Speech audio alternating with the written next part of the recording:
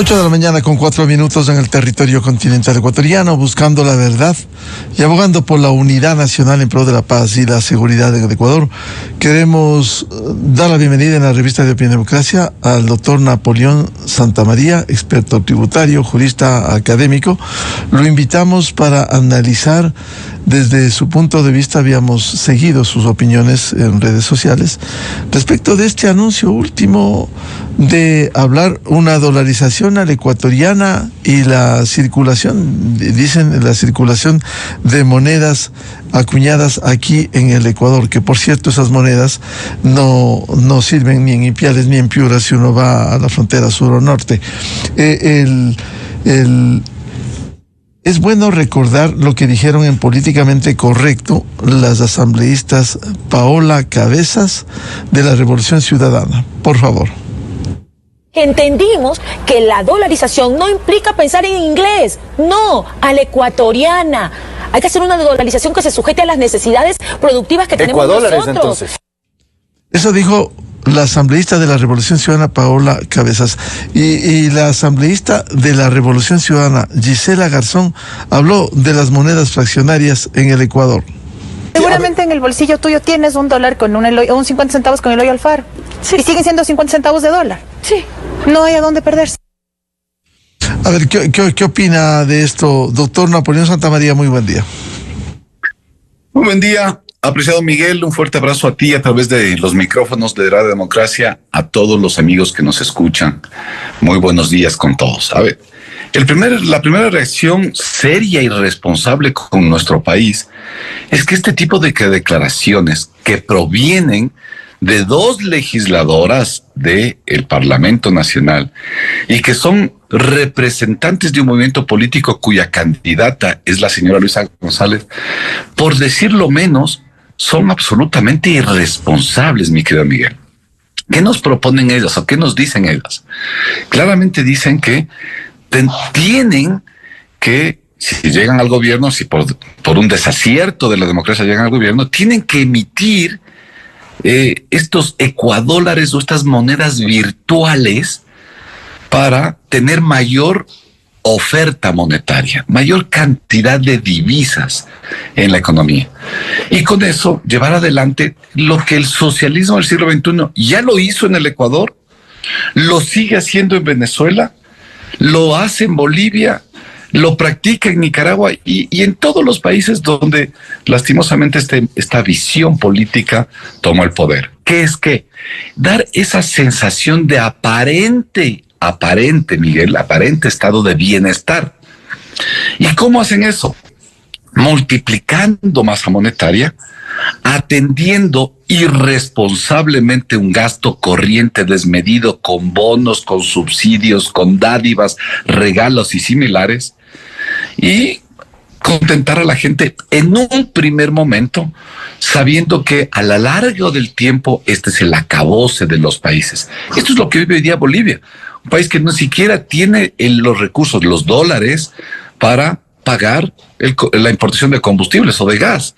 Y un boliviano hoy día tiene que hacer cada 3, 4, 5 días que carga su tanque de gasolina 5, 6 o 7 horas de cola en una estación de combustible para cargar su gasolina, porque no hay combustible, porque a Bolivia se le acabaron los dólares.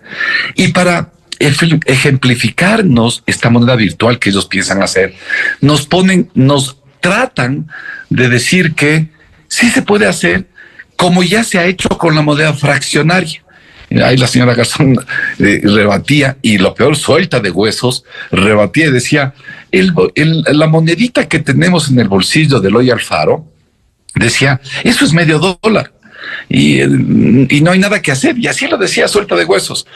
Y lo que hay que reflexionar y decirles a los ecuatorianos es que esa monedita acuñada por el Ecuador con el rostro de Alfaro, de Dolores Cacuango, etcétera, solo tiene un valor en el Ecuador y en ningún país del mundo no es aceptado, porque no tiene una correspondencia, un respaldo de reservas líquidas y disponibles eficientes y efectivas.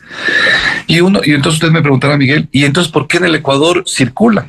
Porque mire, Miguel, de la oferta monetaria que en el Ecuador bordea los 19 mil millones de dólares, las monedas fraccionarias que acuñamos nosotros aquí en el Ecuador no representan sino 90 millones de dólares. Allá en el 2002, 2003 se emitieron ya 90 millones de dólares. Y lo que se está haciendo permanentemente, la última que se hizo hace un año, es reemplazar esa masa monetaria que representa el 0.4% de la oferta monetaria de todo el país. Es decir, como es algo insignificante y pequeño, se ha podido introducir en el Ecuador para utilizarla solo en el Ecuador sin ningún efecto en el exterior. Pero no es un ejemplo válido de estas dos señoras legisladoras para decirnos que mañana sí pueden emitir dinero virtual, entregarnos a los ecuatorianos de dinero virtual cuando nos pagan sueldos, salarios, pensiones jubilares, honorarios, comisiones, etcétera,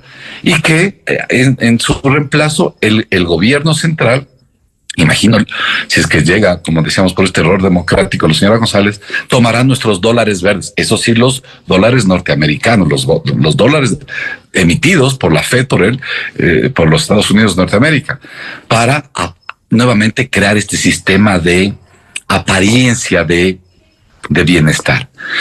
Y decíamos, Miguel, esto es irresponsable con mi país, con nuestro país, con nuestra nación, porque produce dos efectos inmediatos, Miguel. El primer efecto es que los capitales nacionales, con justo derecho, toman resguardo ante estos temores, porque creo que nadie en el Ecuador querrá tener mañana ecuadólares en su cuenta bancaria, en su cuenta de ahorros, en su póliza, en sus cuentas empresariales. Y ante un anuncio tan desatinado, irresponsable, inconsulto, con poquísima técnica y conocimiento de parte de estas dos señoras que son del grupo de la señora Luisa González, estos capitales nacionales tienden a fugar, tienden a buscar jurisdicciones más amistosas que lo que la señora González le puede ofrecer al país. Efecto 1. Y efecto 2 es que los capitales del mundo, piensa tú, Miguel, los inversionistas de Estados Unidos, ningún inversionista va a querer traer dólares de inversión al país para mañana tener rentabilidades, utilidades que se les pague con ecuadólares. Cualquier inversionista del mundo va a decir, a este país simple y llanamente no voy ante esta inestabilidad monetaria. Estos dos efectos que producen estas declaraciones irresponsables generan las siguientes consecuencias nefastas para el país. Lo primero es que, claro, cada vez nos quedamos con menos dólares norteamericanos en la economía. Y al tener menos dólares tenemos menos posibilidad de que la empresa privada se reactive y se generen nuevos negocios, nuevas fábricas, nuevas industrias.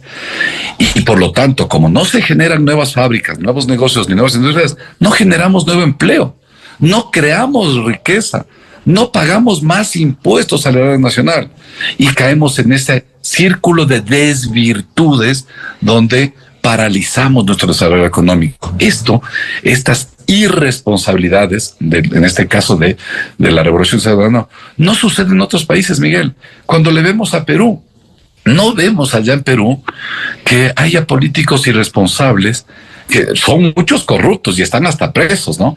Pero no son tan irresponsables como los nuestros de hacer este tipo de anuncios que lo único que crean es zozobra, temor e incertidumbre del futuro del país. Yo te diría, Miguel, una decisión de esta magnitud de emitir dinero virtual llamado ecuadólar por parte de la Revolución Ciudadana, si es que llegasen al poder, significa la estocada final a la economía ecuatoriana. Y esto, grabémoslo, este programa, para verlo después de 10 años, si es que, por desgracia, insisto, llega la señora González al poder, veremos cómo la economía ecuatoriana se destruye, se desintegra, fruto de estas políticas irresponsables que ya nos anuncian. El temor, Miguel, no solo es por los anuncios de la señora González, es que esto también lo decía el señor candidato Borja a la vicepresidencia por la Revolución Ciudadana. Él habla de cómo salir de la recesión sin tanto trauma, sin tanto problema. Cómo salir amistosamente de la recesión. Y antes la denostó siempre a la recesión el señor Correa. Y es decir, los líderes de ese movimiento político nos vienen diciendo hace 10 años que no les gusta la dolarización, que creen y consideran que es un error histórico y ahora nos anuncian claramente que lo que quieren es sacarnos del dólar e incorporar esto que ellos llaman dinero virtual, mi querido Miguel. Ahora, a propósito de lo que señala que esto realmente preocupa, genera incertidumbre aquí y en el exterior, precisamente el Comité Empresarial Ecuatoriano, que agrupa a nada menos que 149 sectores productivos, ya expresó su preocupación. Dice el comunicado: plantear escenarios como una dolarización a la ecuatoriana acarrea incertidumbre y es inconsecuente con la búsqueda de prosperidad para todos los ecuatorianos. ¿Esto asusta? ¿Debieran tomar conciencia los ecuatorianos? Bueno, los empresarios y el comité ya se ha presentado, ya se ha pronunciado, y muchos actores, empresarios, emprendedores, ciudadanos común y corriente que nos están escuchando, obviamente que van a causar temores. Miguel hace algo de historia. Francia, allá por los años 80, hacen una gran reforma tributaria gravísima, incorporando unos impuestos al patrimonio y a la herencia.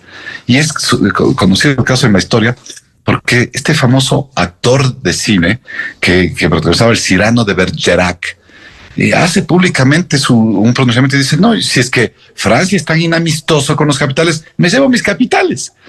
Y fue un problema fuerte en Francia cuando decidió sacar todos sus capitales y decidió renunciar de su herencia fiscal francesa. Y esto los pongo como ejemplo porque es que no es el Ecuador. El mundo entero, cuando ve estas decisiones, estas políticas, estos proyectos que tienen nuestros malos políticos, previo a un mes de elegir el nuevo presidente, y sabiendo que estos comentarios son o le pertenecen a uno de los dos contendores del balotaje que vamos al 13 de abril, definitivamente causa esta zozobra, este temor. Y por lo tanto, esta angustia en los capitales. Miguel, esto respecto de política monetaria, irresponsable, antitécnico, realmente es no pensar en el país, sino pensar en un proyecto político que ya vemos es un fracaso en todo el mundo. El socialismo del siglo XXI es un proyecto fracasado. Pero más allá de eso, Miguel, tomemos a este tema de la política fiscal que nos anuncia la señora González. Eso sí dicho por ella. El señor Issa, que también conoce muy poco de estos temas, en sus propuestas era bajar el IVA del 15 al 12. Eso por lado de... Ya hablamos política monetaria, ahora pasamos un ratito a política fiscal. ¿Qué dijo la señora González? Que al señor Issa sí le va a hacer caso, porque ya le salió a denostar y a retractarse de la señora Paola González y de la Paola Cabezas. Sí, y de la señora Garzón, ya las abandonó en el camino, pero el señor Issa le dio la razón, le dijo que sí iba a bajar el IVA al 12%, así nuevamente suelta de huesos. Y déjenme explicarle esto para que los el IVA en este año 2024 le ha dado al país 1.200 millones más, Miguel, repito, 1.200 millones más que el año 2023. ¿Por qué? Porque en el 2024 subió la tarifa al 15%. Resulta que el IVA se comenzó a cobrar al 15% recién desde abril del 2024. Por lo tanto, cuando en este 2025, que ya se está cobrando IVA al 15% todo el año, se espera y se estima que más o menos el IVA le dé al país entre estos 3 puntos de incremento, entre 1.700 a 1.800 millones de dólares. Y la señora González, lo que nos ha dicho en política fiscal es que va a bajar el IVA porque el señor Issa le dice que baje y ella dice que acepta esa posición del señor Issa, que no sé por qué lo dice, cuál es el basamento técnico, cuál es la política fiscal.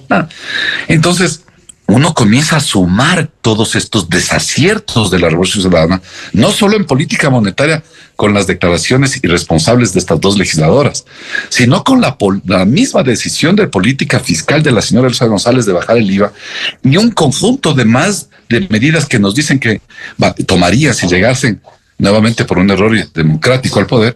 Entonces, claro, todos los ciudadanos ecuatorianos comenzamos a pensar que lo que se nos viene es un tsunami económico que lo único que va a producir es mayor pobreza, mayor desempleo y mayor migración de los ecuatorianos buscando jurisdicciones menos inamistosas como se prevé, se presenta o podría ser el Ecuador en el mal caso de que llegue la Revolución Ciudadana al gobierno, mi querido Miguel.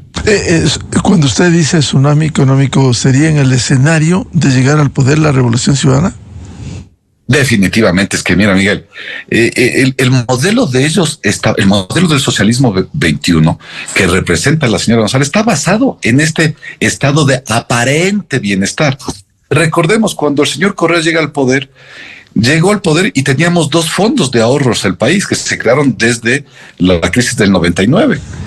Esos fondos, el FEIREP y el FEISHE, sumaban 5.400 millones de dólares.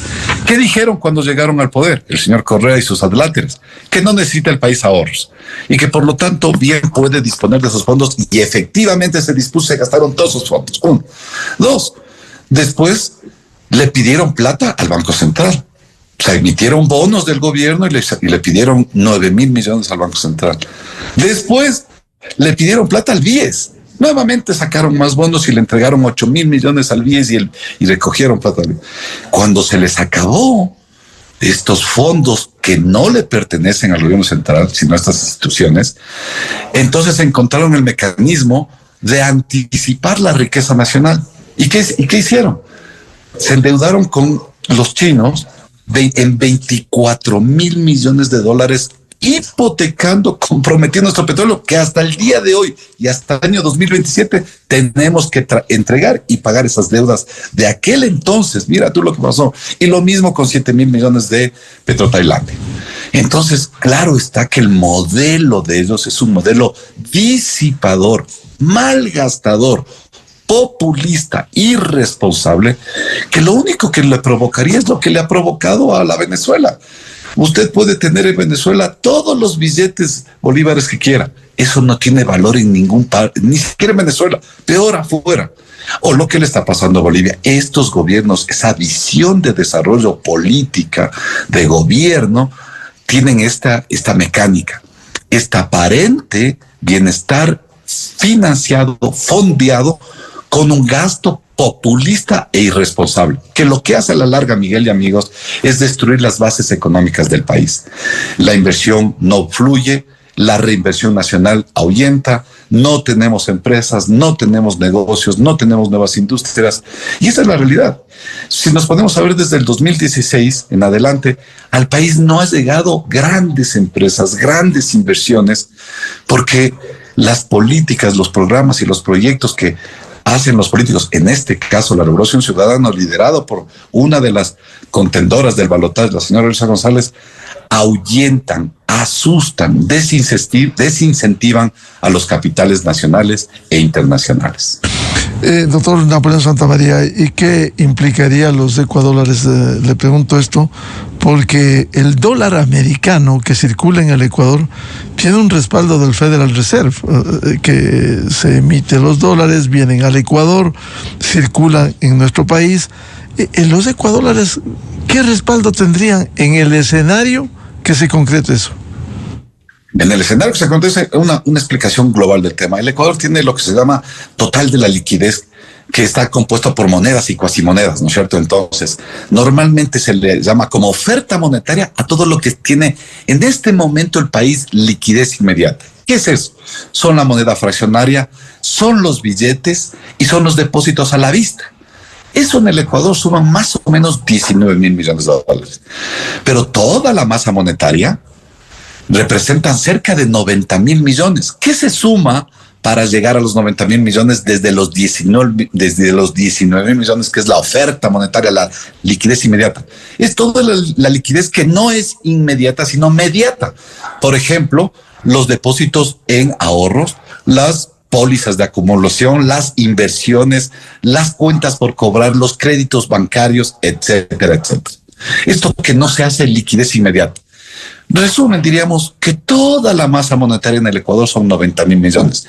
Pero realmente en liquidez que circula en la economía, liquidez inmediata, lo que es oferta monetaria, son 19.000 millones. De esos 19.000 millones, lo que buscan ellos es tomarse gran parte de esos verdes, de los dólares norteamericanos, y canjearlos, cambiarlos por moneda virtual. Estos ecuadores. Pero, doctor Santamaría, pero ¿cómo tomarse si eso no le pertenece a ningún gobierno de turno? Está el encaje bancario en el Banco Central como parte del ahorro de los ciudadanos, ni siquiera de los bancos, sino de los ciudadanos. ¿Cómo tomarse eso? Ni siquiera de los bancos, sino de los ciudadanos. Es que lo que hacen es crear la ficción y lo que dicen es, para los ecuatorianos que ganan, por ejemplo, la pensión jubilar, ¿dónde gastan la pensión jubilar? Generalmente en el Ecuador. Entonces es fácil decirles, ya no les entregamos dólares norteamericanos, sino esta moneda virtual, y gasten en el Ecuador, paguen la luz, paguen el agua, hagan los víveres, porque aquí, mientras se quede en la economía, es el mismo ejemplo de la moneda fraccionaria con el rostro de Eloy Alfaro. Mientras se quede en el Ecuador, le van a dar la utilización de este poder liberatorio. Mientras ellos toman los dólares y utilizan inmediatamente esos dólares para comprar, pagar bonos, importar combustibles, etcétera, importar todos los bienes y servicios que necesitan y crear esta apariencia de bienestar. Desde luego, esto es legal, absolutamente ilegal. Estarían utilizando las reservas internacionales del Ecuador. Recordemos que las reservas es la liquidez neta fruto del flujo con el frente externo. Todo lo que exporta el Ecuador llega a la Reserva Internacional. Todo lo que importa el Ecuador sale a la Reserva Internacional. Así de fácil. Y sobre las reservas, los países del mundo hacen su emisión monetaria. Colombia hace lo mismo, llega a un valor de reserva y sobre eso emite pesos colombianos. La Revolución Ciudadana de la señora Luisa González nos plantea eso, tomarse ilegal, abusiva y arbitrariamente eso, y no entregarnos dólares de los Estados Unidos, que es lo que funciona hasta el día de hoy, sino entregarnos estos dólares virtuales o esta moneda virtual.